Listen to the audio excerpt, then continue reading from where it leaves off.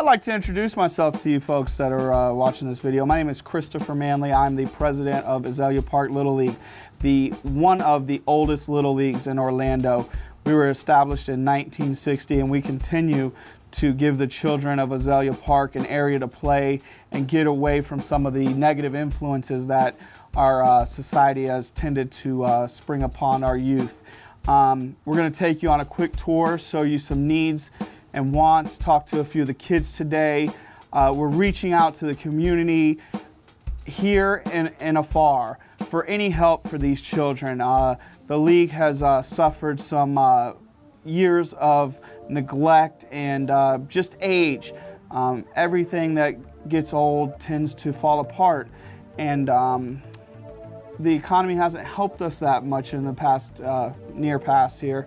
And we're reaching out. We want to rebuild the facility. We have a 3-phase plan that I'm going to speak to you about a little bit to revitalize this park and basically, honestly, start from the ground up and rebuild it to make it a beautiful place for our community to be proud of, our children to come and play ball and get off the video games.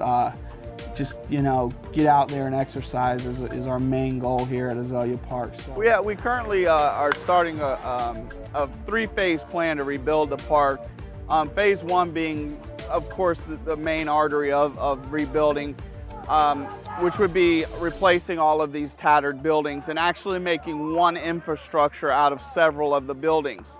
And we would centralize that in an area right over to my right that would be more centralized with concessions and our barn and our boardroom. And we're also going to repair one of the fields in that phase. Phase 2 would include moving and changing 2 other fields. Our senior field, which hosts boys from age 13 to 18, right now is 300 feet. Typically a high school field at this age is 340 to 360. So we want to expand that field and make it a little more challenging for these high school boys. Kids are getting bigger and stronger nowadays, as well as our other field needs to be expanded from a 180-foot fence out to a 225-foot fence, just because of, you know, these kids are getting a lot stronger. As if you watch the Little League World Series, they hit home runs consistently. Phase 3 would be our t-ball field and our softball field. It's very important to give those kids, the new kids, the 3 to 6-year-old kids, a great place to play so they fall in love with the sport, fall in love with being outside, and come out to the park.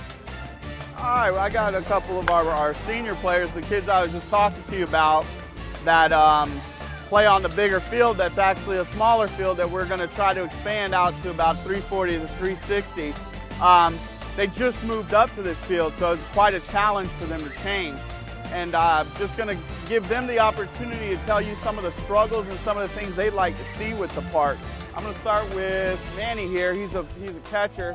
I know he deals with a lot of the bad hops in the sand at home plate because it's not clay at this point, it's sand. What would one of the things you'd like to see get done to improve the park, Manny? To improve those potholes.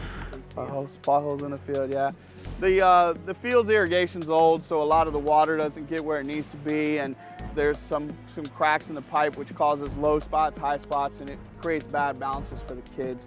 So regrading and resodding and claying is going to be one of our main projects, Manny, and we're going to get these people that we're talking to today are going to help us, and we're going to get it back to where you ain't got to worry about those potholes anymore, okay? Thank you, bud. I also have, I'm going to get Tony up here next. Tony has been playing ball for quite a while around these parts. He also deals with some of the potholes and stuff. Has a hard time in the batting cages, so what's an issue that you think we need to fix also with this place, buddy? Putting lights in the batting cage so you can see lights at night. A lot of times the fields are taken and there's, you know, with Little League you have some miscommunications that happens. Tonight these guys were prepared to practice. There's a high school game going on at the field because this is one of the ways we generate funds. It'd be great for me to tell them to go ahead and hit in the batting cage until the game was over, but at this time the batting cage has no light, so it would almost be dangerous for them, as you guys can see it's getting darker, to be in there hitting in the batting cage. So that's one of the crucial things that we want to do, is we want to enhance our batting cages put some padding down, so there's another place for them to practice at. So thanks, bud. We're gonna get it fixed, okay? I'm gonna bring up one of the coaches now. My other coach is Shy. This is Ricky Santiago. He's been, he moved here, been here for about 3 years. He played here, now he's coaching.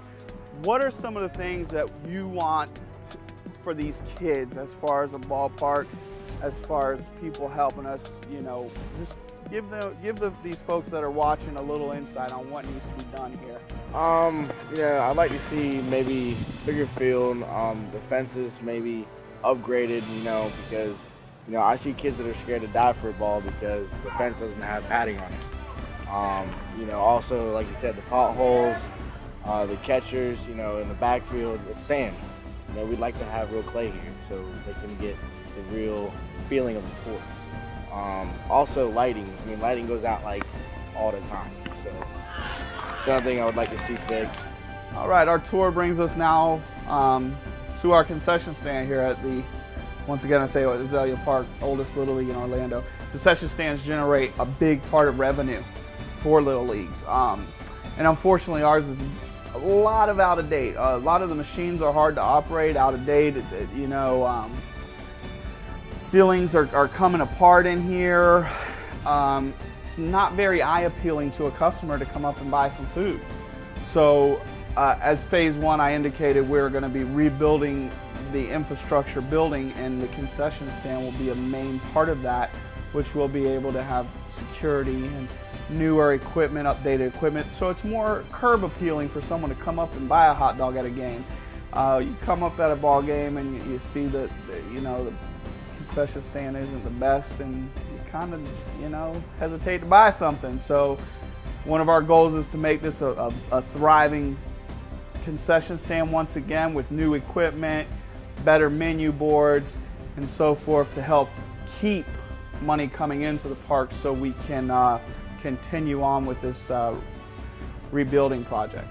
We want to give these kids back for all the heart and hustle they've given to this park. 50 years old, 52 now, this park has not given up on us, and by God, we're not giving up on this park. We're reaching out to you guys to help us bring this place back to where it was once before, to give these kids a place to be proud of, a place to flourish and become great citizens in this Orlando area and elsewhere. We have several ball players come from this park that are past Major League ball players. Joe Oliver played on these very fields. Joel Pinero, which is a Major League pitcher right now, played on these fields here at Azalea Park. The hope is to get it back to where these kids can be very proud of where they're at, and this community can be proud of the ballpark. As you see, there's a brand new school right next door to us, and we want to feed off of that and make this a brand new place as well. I thank you so much for taking the time out to view this video. And I just want to thank you in advance for any help that you can give to the children of Azalea Park Little League here in Orlando, Florida. Thank you again.